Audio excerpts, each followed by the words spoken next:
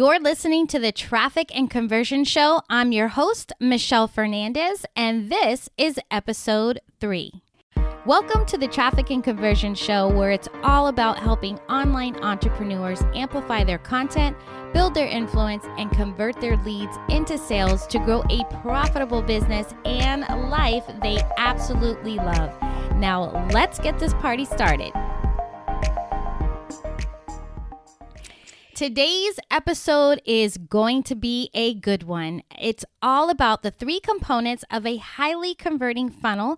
And if you think you know what I'm going to be talking about today, you better listen in because it's probably not what you think. Now, no matter what percentage your funnel is currently converting at, we're always looking for a higher conversion, right?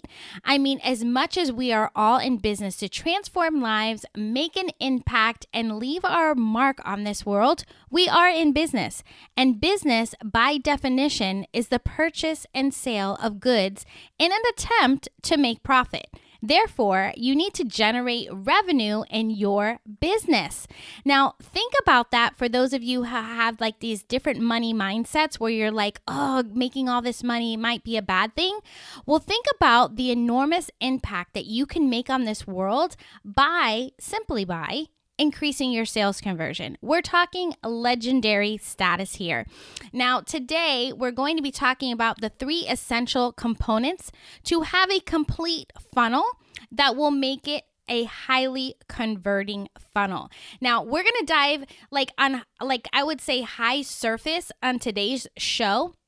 And I do have a download that you can go grab. If you go to themichellefernandez.com/3, you can grab this download, which will have a diagram of everything that we're talking about and kind of dive in just a little bit deeper than what we're talking about today. So if you're a more visual person or want to follow along, please head over to themichellefernandez.com/3 in order to download your guide and follow along. All right, so the 3 components are actually 3 different funnels. What? Did I just blow your mind? Okay, so what I've discovered over the years is that most people either don't have all 3 in place, working properly, or working in harmony. And I can pretty much guarantee that you fall into one of those categories. And that could be why your offer is not converting as high as you'd like. Now, before we dive in, let's get into the basic structure of what a marketing funnel is. A marketing funnel is a way to attract leads into your business, taking the prospect through a marketing sequence to build like and trust, and then turn them into a customer.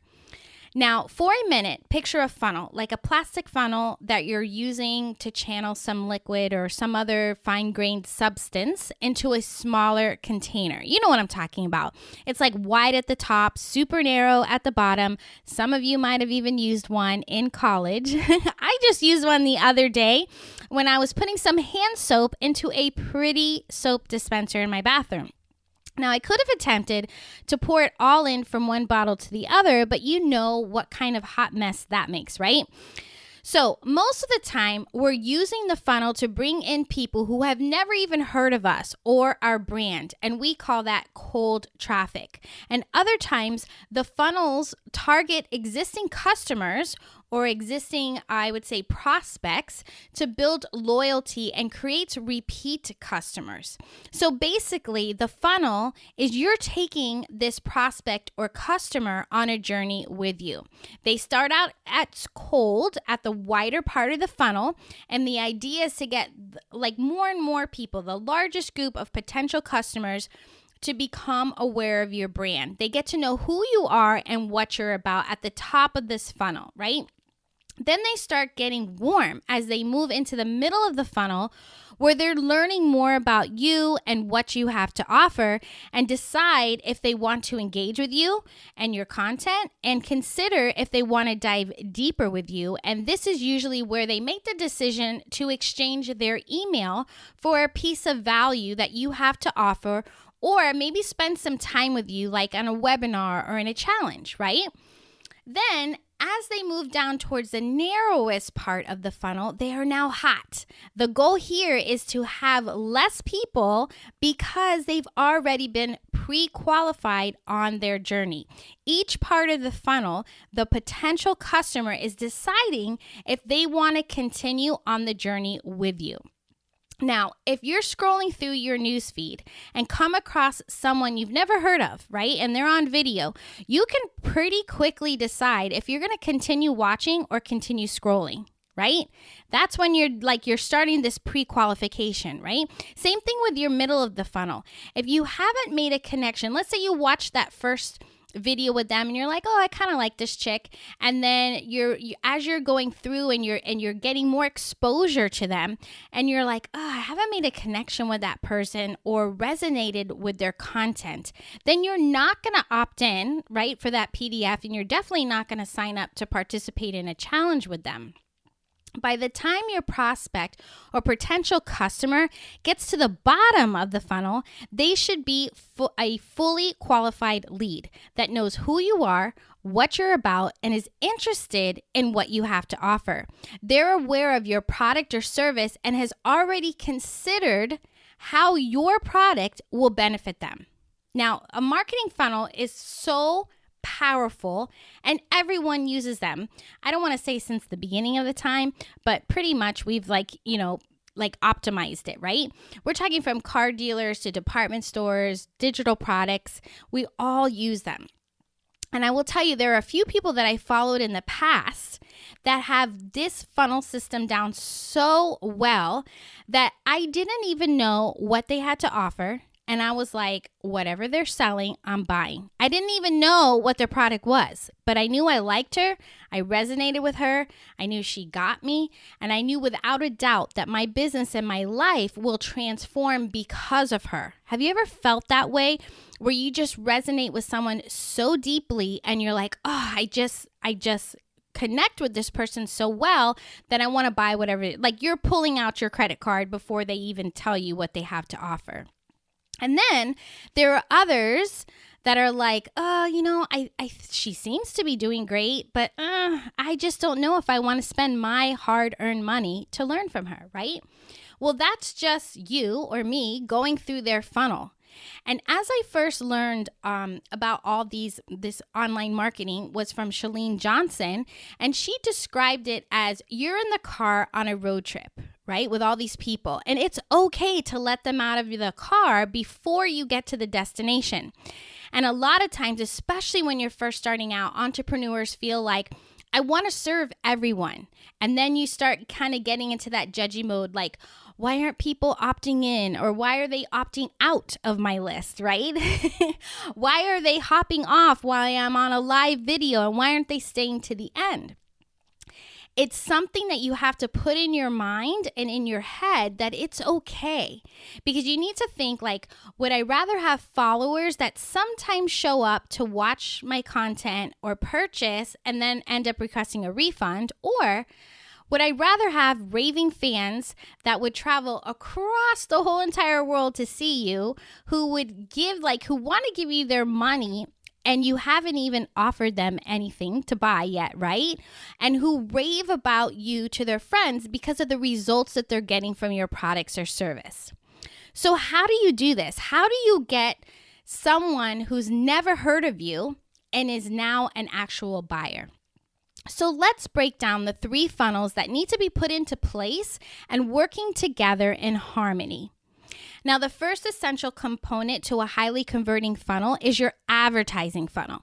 So for this scenario, we're talking about Facebook and Instagram for your advertising. So let's start with the top of your funnel. The idea is to get a steady flow of new prospects into your funnel. And that begins with identifying your audience, right? Your customer avatar. Then identify their problem and offer a solution to that problem. Now, to get these new people in, you'll create a Facebook or Instagram ad that is run to that particular audience, right? All cold people that you've never even heard of you before. And your copy will reflect their problem, touching on those pain points, and then the solution that you have to offer.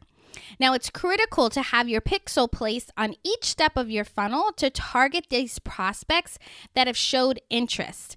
This allows the ability to track your conversions at all stages, and you'll be able to identify any gaps in your funnel that is maybe causing your funnel not to convert, right? This is very crucial. Now, messaging is also everything in business. Whether you're selling in person, maybe an organic social media post, paid advertising, like your messaging must be on point. Otherwise, you're not going to get any sales. And this will take some research with your current audience and buyers, really diving into their struggles and problems, where they're getting stuck and overwhelmed, and how they are actually describing these issues, as well as what resolutions they're looking for, what transformation or results are they looking to have. What would their business or their life look like if they no longer were living in Stuckville or in overwhelm, right? Then you just test these messaging that you're getting using their exact language. And your messaging should be used in all three funnels that we're going to talk about today. And this is the first place that you're going to come to in your funnels if they're not converting to identify the gaps, right? What is the reason your audience is not responding? And I could tell you probably 99% of the time it comes down to your messaging, right? All right, so now once you got your messaging down, you're ready to test, get those posts up and ads running, and that's going to take them to the second funnel, which is your landing page funnel. Now, just to clarify, landing page is totally different from a website. Landing page is a page that people are taken to when they click on your ad. If you send them to a website, there are so many other things on your website. People can get easily distracted, and like they'll see the about page and then they're going to start reading that, and then they're going to maybe start reading your blog or get distracted from the specific action that you want them to take, especially when you're putting advertising dollars behind that, right? So just say no to your website so they don't get distracted. Now, it's important for you to have a separate platform for you to use your landing page versus your website. Now, my preference is ClickFunnels for that. And going from the ad to the opt-in page, it has to be a clear continuation of your ad. So there are no distractions. Like, it's very clear what action you want the prospect to take, like grab your guide, sign up for your 5-day challenge, or maybe it's even save your seat for the masterclass. So let's just take a hot minute to break down the funnel steps that you should have in place. And of course, you can have as many steps in the funnel as you possibly can think of. Because I don't know if you've ever seen where you go to opt in for something and you buy something that's $7. And then they're like, oh, but wait, you can also get this for an extra $20. Or you could get this. And before you know it, that $5 you were going to spend ended up being $100. Okay. Those are all different steps in your sales funnel that you can actually have. So we're just going to break it down into just a few simple steps.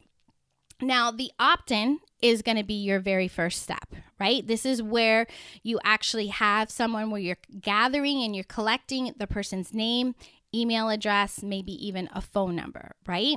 Now, to be totally honest, for the first couple of years that I was working in the online world, I thought this was the funnel without realizing how the heck was I going to get people seeing it, right? I was running no ads. I just set up my funnel, and I was so naive to think that my lead magnet or the offer was so good that people would just buy it after seeing it one time, unaware of me or my brand, okay? So like I said, the goal of your opt-in page is to collect names, email addresses, and possibly phone numbers. And there's so many ways to create opt-in pages, like platforms like I was saying, ClickFunnels, Kajabi, Leadpages. They give you these templates that are so easy to use. I mentioned ClickFunnels is my preference because I feel it is the most user-friendly, and it's like greater ease, I guess you can say, user-friendly, like in changing fonts and font sizes. And more importantly, for me, the ease of creating a desktop and a mobile view. Because as we know, most of us use our phones all the time. So if you want it to not look all funky on someone's phone, you just need to make sure whatever platform you do choose to use has like mobile friendly access, and you're able to edit it and tweak it a little bit. Because some of them have a mobile view, but it's not like so like friendly to view. Okay. You just basically want the action you want them to take to be very clear. Now, it's important for me to explain a little bit more that your opt-in page must be a clear continuation from your ad. So what I mean by this is that if your ad is talking about setting goals and they get to an opt-in page and you're inviting them to a masterclass about list building, then they're going to be like, wait a minute, I wasn't here. Like, I didn't want that. Like, I was here for goal setting. So what happens is they X out of the page and the prospect didn't convert. Another way is to make sure it's a clear continuation from your ad is to use the same image or copy, possibly the same colors. You don't want them to see your ad with a picture of you and then get to the opt-in page and see some dude on there. They're going to be like, wait, did I click on the right thing? Right? It's just super confusing to the prospect, and it creates a disconnect. And the first thing they're going to do is just opt out and move away. So your opt-in page, just to recap, should definitely be a clear continuation of your ad. State the solution to the problem that they're having. Have a clear, bright call to action button above the fold. Above the fold means that if you're looking on your desktop or your phone, you're not having to scroll down on the page because you're going to see the button. Like, click here to register now or sign me up or something like that, right? And don't think that just because I mentioned ClickFunnels has all these different options, Lead Pages, the same thing. It doesn't have to be all fancy or super pretty. Like, you just don't want any distractions. And I know sometimes for me where I'm really into like graphic design and I want it to look pretty. And then I see someone who's having a super highly converting funnel or landing page, and it's like a white page with black and red lettering, and that's it with a button. I mean, it doesn't need to be fancy at all. It just needs to be very clear of what problem that you're solving and what action you want them to take. Now, after the option page, you should always have a thank you page, right? And we use this page to know, did somebody take the action? Did that prospect convert to a lead? And we will know that once they've landed on the thank you page. Okay. Now, the next step of your funnel is the sales page. Okay. I know I kind of maybe skipped a couple steps for some of you who have really intricate funnels, but let's get to the sales page. When they get to your sales page is when they're out of that awareness phase, right? They're out of that top of the funnel. They're no longer cold. They're more warm. So they're in that consideration phase and considering the price, the benefits, alternatives to your product, and reasons why they should buy your offer, right? Like, you're wanting this sales page to be more painful for them not to give you your credit card than it is for them to pull it out and give it to you. Does that make sense? All right, so when you're crafting your sales page, put yourself in the prospect's shoes and ask yourself the questions that they might be asking themselves. What's the price? What's included? Why should I buy this and not something else? What other options do I have, right? Because sometimes, YouTube, like they can go to YouTube or Google University, but gosh, how much time is that going to take them, right? But it is an option. And also clarify what these options are. So if they're thinking, hey, I could do YouTube or Google, okay, well, how much time and extra money that they're, spending or losing, right? And also really focus on what results or transformations that they will get. Now, when you answer these on your sales page, you're basically hitting certain objections before they become an objection, if that makes sense.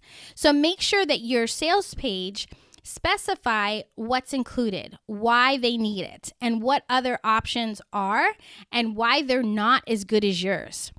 So your sales page can be as long or as short as you want to make it, right? Just make sure you include these elements: a compelling headline, Identify what their problem is and the solution that you're going to be providing. And we'll dive into creating converting headlines on another episode, because this is like make or break in your business, really. And it's really with everything, no matter what you're doing, whether it be an actual headline on a sales page, it could be on your social media post where you want them to stop their scroll and pay attention. It could be bullet points on your sales page or some other items on your emails. We could go on and on with how important it is to have a compelling headline, okay? So if you have a great headline that grabs someone's attention, your prospect will continue reading on. Now, you want to get their attention by pinpointing the pain points. Like, does this sound familiar? Like, when you say, oh, like kind of like, are you this? Does this happen to you? You want to be like, does this sound familiar scenarios? Get them to identify with a problem. Like, oh yeah, I do have that problem. Or, oh yeah, I do struggle with that, right? And then next, you're going to show them the benefits by future gazing. Like, you want to have the prospect look into their future and visualize how life will be once they have this problem solved. Like, you're getting your prospect excited for their new crazy cool business and crazy cool life. And that's when you introduce your product.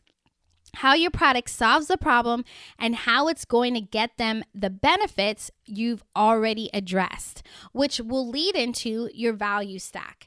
And the value stack is basically you're specifying what they get for the price they pay. Now, just as an idea, instead of clicking onto your order form, if you have a higher ticket offer like a mastermind, you may want that next step to be is to book a call with a salesperson or for you or someone else on your team. But you still want to tell them what they'll be getting as part of the program. But however, sometimes you may not want to state the price, right? Maybe you give like a roundabout type of thing, but you definitely want it to be more higher touch because it's higher value. All right, then you should always overcome objections. Now, the most common ones are time or the lack thereof, right? No one ever has enough time. Everybody's super busy, but kind of like, if not now, then when, right? Money or the lack thereof. I don't have enough money. Can I afford this? What's going to be my return? If I put this investment, am I going to get my investment back? And then self-belief or the lack thereof. Can I do this? Like, well, she can do it, but I don't really know if I can. And you notice how all three I said lack. A lot of people come from a place of lack, stuck, or overwhelm. So you want to make sure you address it before it becomes an objection. So if you're addressing these objections, at least these three most common ones, and if you've been doing a really good job in your messaging, listening to your current customers or your followers and what their objections are, what their struggles are, then you're going to be really good and you'll be able to nail this, that it will be a no-brainer when it comes to seeing your offer. Okay. Now, of course, your landing page will also have, your landing page funnel will also have an order form and a confirmation page. And on each of these steps, you're going to put your pixel so we can track it, right? We can identify those gaps to make sure it's a highly converting funnel. Then the third component is your email funnel. Now, my preference is ConvertKit or ActiveCampaign, and there are a ton of others, some not as sophisticated as others, but you definitely want to choose a CRM that has the ability to track or set a goal, and we'll get into that in just a few. So the reason why you're collecting the data from your opt-in is because you're going to use this information for your email funnel, right? I don't want to say obvi because that may not be obvious to most people, because some people just think, okay, I have my ad. This happens because some of my customers come to me. They're like, okay, I have my ad and then I have my my funnel done, right? In Kajabi, let's just say I have my funnel and this, and okay, I'm good. I'm like, well, what about an email sequence? Well, I haven't done that part yet, or that's not important. I don't want to be sending emails out, right? Well, emails as we all know, is gold, right? Because if for whatever reason we don't have access to Facebook or Instagram and we don't have these connections, we need their email to be able to nurture our people, to be able to communicate with our prospects, with our customers. So, right? So if your prospect is not ready to make a decision to get to the end of your funnel, which ultimately is becoming a buyer, right? Ultimately, it's getting to your offer and buying your offer. Your email funnel is going to nurture them until they're ready to make that purchase or to book that call or to whatever you want them to do at the end of your funnel. So now you have set up your entire funnel, right? You got your advertising funnel, you got your funnel, your landing page funnel, and your email funnel, right? Now, what happens if your prospect doesn't make it through the entire funnel and become a client? Well, that's when retargeting comes in, which is really cool. And I don't know about you, but for me, when I first started, I thought, okay, retargeting is a Facebook ad or an advertising term, right? I'm going to retarget this person with my ads. And for a long time, I still wasn't getting, how do I possibly retarget someone? I wasn't getting all the tech end of it, if you will, right? Well, think about targeting as a follow-up. All right, so let's just go back for a second and recap that you've had a cold audience watch a video, maybe opt into your lead magnet, and so now they're floating somewhere in between the top of the funnel, which is your brand awareness, and consideration to the middle of the funnel, or they've already passed that awareness stage, right? They're well into that. They're warm people.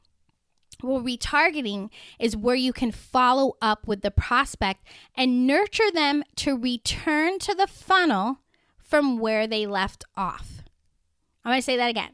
Retargeting is where you can follow up with the prospect and nurture them to return to your funnel from where they left off. This is why it's so important to make sure that your pixel is everywhere and your goal is set up in your CRM so you can track accordingly. Now, you can do this whole retargeting or follow-up with your advertising funnel and your email funnel, because what we're doing is we're trying to get them back in that landing page funnel of where they left off. So let me give you an idea of what I'm talking about, right? So in your advertising funnel, you can retarget your prospect in so many ways. It all depends on what kind of business you're doing, what kind of lead magnet you had, what kind of sales vehicle you were bringing them on, and what kind of your offer is going to be, right? The end goal in mind.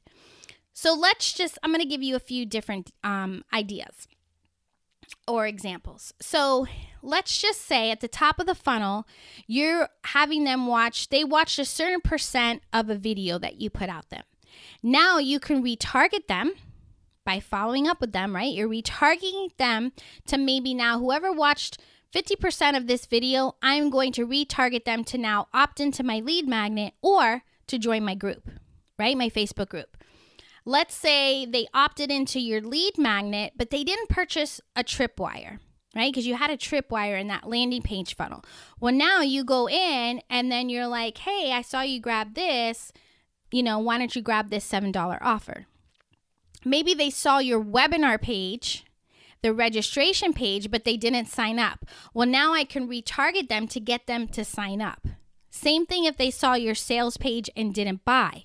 So there's a number of ways to retarget with your Facebook and Instagram advertising that it's like super crazy pants, okay?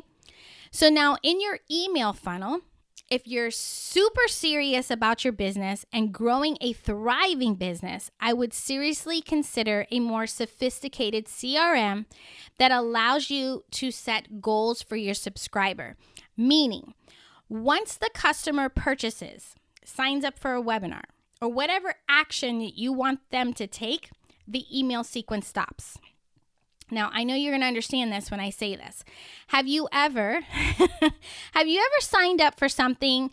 Let's say you went on that journey. You signed up for the challenge, then you went through the challenge and you ended up buying whatever their offer was at the end of the 5 days. But now you're getting all these emails that say, hey, you attended the challenge. Thanks so much. Consider buying. Okay, now it's another one. Hey, 3 days left. So you start getting all these emails and you're like, dude, I already bought. Why are you still sending me emails? And then I know for me, a couple of times I've actually emailed the person telling them, can you please stop sending me emails? Like, I already bought. I'm super excited. Like, enough, right? This avoids people getting annoyed because they keep getting these emails to buy something they already bought. And then what happens is they don't even feel special because they're thinking, hey, I just bought it. I'm a new customer. Don't you know that, right? And it's kind of disappointing for them. So let me explain to you what an email or a sales nurture sequence should look like. It's usually it's 5 to 7 emails. I'm going to share with you 6. So the first one is the delivery of the actual lead magnet or confirmation, let's say that they registered for the webinar. And then what you do is you say, okay, here it is. Here's what you delivered. Here's what you asked for, and here it is delivered, right? The second email is value. Anything value that can help them grow their business. So is it a tip or a how-to? Now, you always want to make sure you include the call to action as well to, let's say, book a call or to view the sales page, whatever it is. If it was a lead magnet with a tripwire, the call to action would be the tripwire, right? Then the third email would be basically what they call direct response. So this basically is like, okay, this is the third email in. I'm going to be pretty forward and direct with you and really reiterate the problems that you have, dig in on the pain point a little bit, and be very clear on the call to action that you want them to buy, right? Email 4 would be a testimonial or a case study, something that builds credibility for you. Maybe even have a separate testimonial page, and both on the email and the testimonial page should definitely have a clear call to action to purchase to your offer, right? Now, by email number 5, you're like, okay, this is the 5th email that they're getting from me. Let me not be so direct and just offer more free value, right? Then your last email number 6, is going to create this urgency, like last chance, right? Create a new sense of urgency. Maybe offer a discount. There's only a few spots left. Maybe you have a timer on it. Here's something for free or a limited time offer. You can only get it right now for the next 24 hours or whatever. Create the urgency that they need to make that decision and commit to themselves and commit to you to purchase, right? So once you have these emails in place, when I was talking about setting that goal with your CRM, let's say when they get email number 3, they're like, oh yeah, I'm going to buy. So then they click on that link to purchase and they get to, let's say you tell it, when they get to that confirmation page that they purchased, they will not get emails 4 through 6. Okay, this is very important that you set all of these things up before you start promotion. So when I'm looking to do ad campaigns for my customers, I'm looking to that all these 3 funnels are put into place, are tested and working properly, right? So you have your advertising funnel that you're already going to be setting up from the top of the funnel, all your cold, to whatever you're going to retarget them at the middle of the funnel for whatever your opt-in is, webinar, challenge, whatever that's going to be, to retargeting them again to saying, hey, they just attended the challenge or they just attended my webinar. Let me get them to now view the sales page. Let me get them to see some testimonials. Okay, same thing with your landing page funnel. You're going to want to have all those steps put in place, all the pixels on everything, so that way you can track everything nice and clear. Email series needs to be put in place with your goals set, so once they hit that action or whatever that end goal you want them to be, they get out of that email series and maybe begin a new email series, right? Now you're set up for when they become a customer. It is so important that once you have these 3 funnels in place, you can evaluate and see where the gaps are to optimize each step of each part of the funnel to get a higher conversion. So what do I mean about identifying gaps in your funnel? Now, by having the pixel on each page, you'll be able to collect data, like how many people have seen the ad but didn't opt in or register, right? Or how many people saw the ad, clicked on the button, but didn't actually opt in, right? Where's the breakdown there? Is it the messaging somehow, right? Or how many people saw the tripwire but didn't purchase? So I have a few people who, you put these things together and you're like, oh, this is going to be really helpful for my clients or these prospects.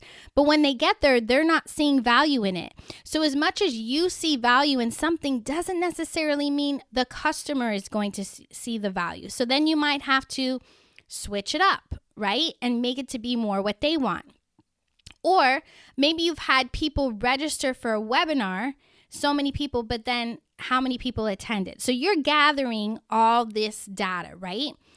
And then there are just a few places to see where the breakdown of your funnel is happening, right? Where the disconnect is, where those gaps are, where's that hole in the funnel that the water's coming out of, and then it's not properly filtering down. So like I was saying, if your audience is clicking on the button in your ad but didn't opt in, there's a disconnect. Could it be the messaging? Was it misleading? Was it not a clear continuation from the ad? If your prospects are registering for your masterclass but not showing up, well, then there's a disconnect with the follow-up series, your follow-up email series, to make sure that the registrants become attendees, right? So then you have to go back and evaluate what else might I do to remind these registrants to show up live on the masterclass. So you can see how all this goes together and how these three components of a highly converting funnel that I just shared with you, like it's so cool, like to actually see it. So I'm curious to see, I know I'd love for you to DM me, right? Like, did you ever think, okay, all three go in place? Like, I know you've probably heard them all, but like actually have it all together before actually getting started. So it all flows beautifully in harmony and you're kind of getting everybody everywhere and you're not letting somebody kind of get away. Now, this may seem a little cray, like I said, like it's just like maybe your mind's a little blown or I'm a visual person, I need to see it out, like see it written out, drawn out. So I put together a simple guide that goes into what we talked about today with some diagrams mapping out the complete funnel. So head over to themichellefernandez.com/3 and grab the download. I appreciate you so much for being here with me today. You are absolutely amazing, and I really hope you enjoyed today's episode. I can't wait to hear how much higher your funnels are converting. So if you haven't already subscribed, please do. And while you're there, I would love it if you left me an honest review. I hope you enjoyed the show. Until next time, happy marketing. There's never been a more crowded market in the online world, and every day you are constantly fighting the masses for attention of your ideal client. And we all know that in order to have a successful business is by keeping a steady flow of new leads and sales. And in order to get that, you need a steady flow of new followers to be able to build new relationships and make connections.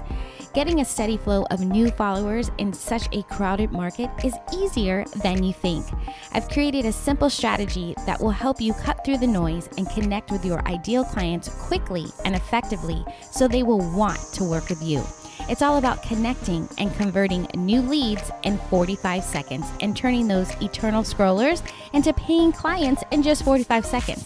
Whether you're still growing organically or ready to pour some money into paid advertising, this simple strategy will bring in new leads who are warmed up and ready to hand over their cash. If you're tired of wasting time and money on trying to stand out, then you're going to want to grab my guide at themichellefernandez.com/45 to help you stand out from the crowd so you can scale with ease.